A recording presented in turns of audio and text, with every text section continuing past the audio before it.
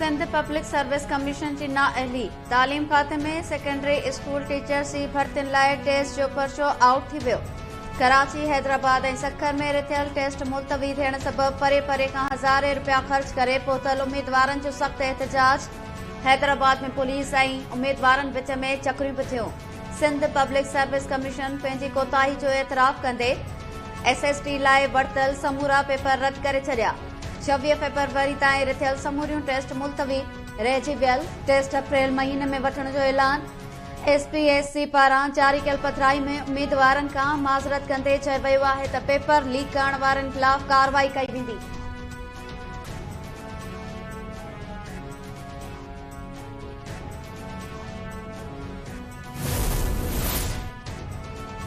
वफ़ाक़ ऐं पंजाब में हुकूमत साज़ी लाइ नवाज़ लीग ऐं पीपल्स पार्टी विच में डेडलॉक बरक़रार। ॿिन्ही पार्टीज़ जो कोऑर्डिनेशन कमेटीज़ जो अॼु रिथियल 6 इजलास अञा ताईं शुरू न थी सघियो। ज़हरनि मूजिबि नून लीग जे कमेटी जा अॻुवान पीपल्स पार्टी अॻुवाननि जे इंतज़ार में आहिनि। अॼु थींदड़ ॻाल्हियुनि दौरान मामले में कंहिं हद ताईं अॻुभराई जो इम्कान आहे।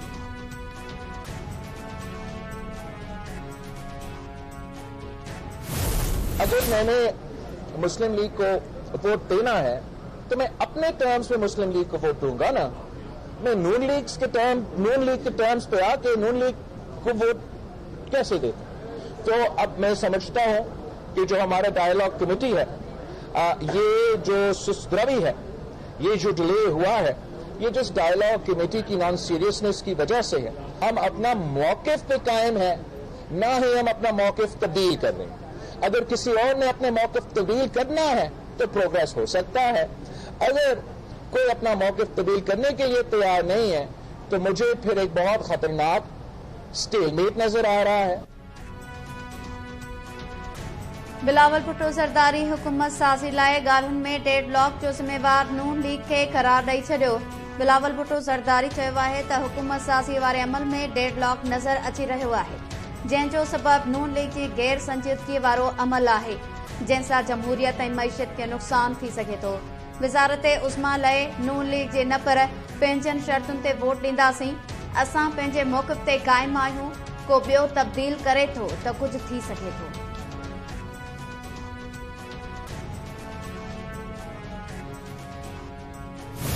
मसीला जान साहब, आपका क्या सबूत है कि मैं एस्टैब्लिशमेंट की बात सोता कर रहा हूं? नहीं, तमाम करा के आपने तमाम में मुझे शामिल किया है। आपने इंटरनेशनल मीडिया पे और national media, excuse me, let me make my point. आपने नेशनल मीडिया पे और इंटरनेशनल मीडिया पे एक सबूत दिए बगैर ये इल्जाम मुझ पे लगाया कि मैं सौदा कर रहा हूं। तो अब अदालत में हम खड़े हैं। आप अगर आपके पास सबूत नहीं है तो वो बताएं, अगर सबूत है तो मुझे बताएं कि कौन सा सबूत है कि मैं सौदा कर रहा हूं। अदम एतमाद की तहरीक, यार आप अदम एतमाद की तहरीक का क्या सबूत है? सर, आपके लीडर खुद मान रहे हैं कि आप मुलाकातें करते रहे, सब लोग मुलाकातें करते रहे। सबूत मैंने किसी चीज की मौलाना या कोई और कोई बात करता है तो आप उनसे पूछे। मेरे ऊपर इल्जाम लगाने से पहले आप वो सबूत पेश करें कि अगर मेरा मुलाकात हुआ भी सही तो क्या उस मुलाकात में मैं जमहूरियत और आईन का बात कर रहा था या मैं अपने आप का बात कर रहा था। एस्टेब्लिशमेंट सां सौदो करण वारे सवाल ते पीपल्स पार्टी चेयरमैन बिलावल भुट्टो ज़रदारी कावड़जी पियो। सहाफ़ी खां सौदेबाज़ी जा सबूत घुरी वरिता। बिलावल भुट्टो सहाफ़ीअ खे मुखातिब थींदे चयो त अवां क़ौमी तोड़े आलमी मीडिया ते मूं मथां सौदेबाज़ी जो इल्ज़ाम हयो आहे। सभ खां पहिरियां सबूत ॾियो। जेकॾहिं मां एस्टेब्लिशमेंट सां मिलियो हूंदुसि त जमहूरियत जी बहितरी या अवाम जे हक़नि जी ॻाल्हि कई हूंदी। मौलाना फज़ल रहमान का ॻाल्हि कई आहे त उन खां पुछियो वञे।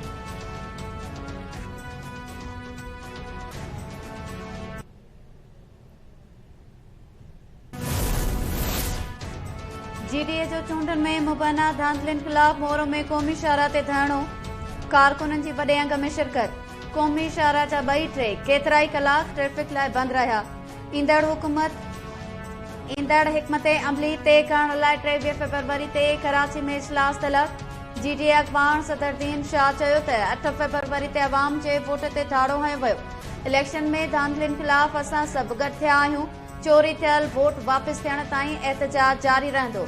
अयाज़ लतीफ़ अली जो चयो आहे त लखनि जी तादाद में गॾु थियल बाज़मीर ऐं बाशऊर अवाम खे हिते गॾु थियण ते सलाम पेश कयूं था। ही तहरीक रुगो कुर्सी लाइ नाहे, मसलो मुस्तक़बिल जो आहे।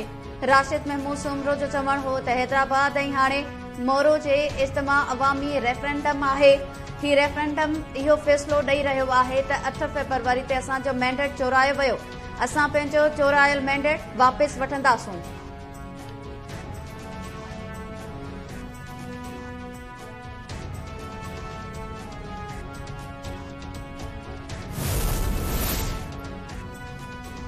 छा भुट्टो खे सुप्रीम कोर्ट ऐं फ़ौज लाइ ग़लती ठीकु करण ऐं साख बहाल करण जो मुमकिन आहे? छा ही मुमकिन आहे त ॿई इदारा दामन ते लॻल दाग़ मां जिंदाजी कराइनि? फ़ौज मार्शल लॉ इदारे तौरु नाहे लॻाईंदी। हिकु शख़्स जो इनफ़रादी अमल हूंदो आहे। कॾहिं त नई शुरूआत थियणी आहे त छा ही मौक़ो न आहे? चीफ जस्टिस काज़ी फ़ाइज़ी साजा शहीद भुट्टो बाबति दाख़िल सदारती रेफरेंस ते ॿुधणी दौरान रीमार्क्स। चीफ जस्टिस चयो त छा ग़लति कम जो बार लाॻापियल शख़्सियतुनि मथां रखी इदारे जो तालिक़ थियण जो मौक़ो नाहे। अॻूणे चीफ जस्टिस जो एतिराफ़ बदनियती न पर ॾोह जो इतराफ़ आहे। अदालत पारां शहीद भुट्टो जे वारसनि बिलावल भुट्टो ज़रदारी ऐं जूनियर ज़ुल्फ़कार खे बि ॿुधण जो फ़ैसिलो। ज़ुल्फ़कार भुट्टो रेफरेंस में सुप्रीम कोर्ट कहिड़े क़िस्म जो इंसाफ़ ॾेई सघे थी? छा बिलावल भुट्टो ज़रदारी ऐं ज़ुल्फ़कार भुट्टो जूनियर क़सास चाहिनि था? सुप्रीम कोर्ट में रेफरेंस ते ॿुधणी दौरान जस्टिस मुसरत हिलाली जा रिमार्क्स। अदालती मुआविन मखदूम अली ख़ान चयो त दुनिया में हर कम जो बदिलो नाहे वरितो वेंदो। कुझु माण्हू पंहिंजी इज़त नफ़्स, बेगुनाही ऐं इज़त जी बहालीअ जो बि मुतालबो कंदा आहिनि। जस्टिस मंसूर अली शाह सवाल कयो त भुट्टो केस में कहिड़ी नाइंसाफ़ी थी, सबूत कीअं मिलंदा? सबूत मिली वञनि त छा हीअ अदालत आर्टिकल 186 तहत जांच कराए सघंदी? छा हिन केस में इख़्तिलाफ़ कंदड़ जजिस खे मुल्क छॾणो न पियो? ॿुधणी दौरान बिलावल भुट्टो ज़रदारी बि अदालत में मौजूद रहियो।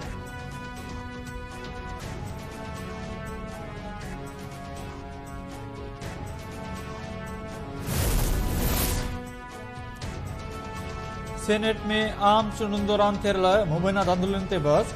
जमायत इस्लामी जे सेनेटर मुश्ताक गनी पारां चीफ इलेक्शन कमिश्नर खां इस्तीफ़ा जो मुतालबो। पीटीआई सेनेटर अली ज़फर पारां बि इलेक्शन कमीशन जे अमलदारनि खे सेनेट में घुराइण जो मुतालबो। मुश्ताक गनी चयो आहे त आम चूंडुनि में धांधलियूं करण ते चीफ इलेक्शन कमिश्नर ख़िलाफ़ आर्टिकल 77 केस हलाए वञे। पीटीआई सेनेटर अली ज़फर चयो त चूंडुनि निशान बाबति सुप्रीम कोर्ट जो फ़ैसिलो ग़लति आहे। मैंडेट चोरी करण ऐं इनकलाब खे रोकण सां इंतिशार ईंदो। पीपी सेनेटर ताज हैदर चयो आहे त कुझु माण्हू जज़्बात में अची इंतिशार पैदा करणु चाहिनि था। ख़दशनि बाबति कानूनी रस्तो अख़्तियार कयो वञे।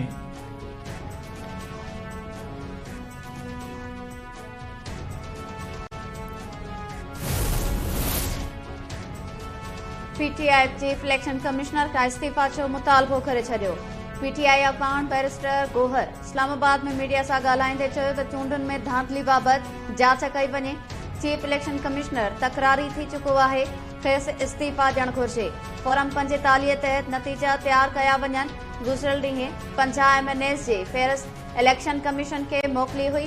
सूबाई असेंबली में सुन्नी इतिहाद सां गॾु आहियूं। कमिश्नर पिंडी ॿुधाए छॾियो आहे त धांधली कहिड़ी तरह थी।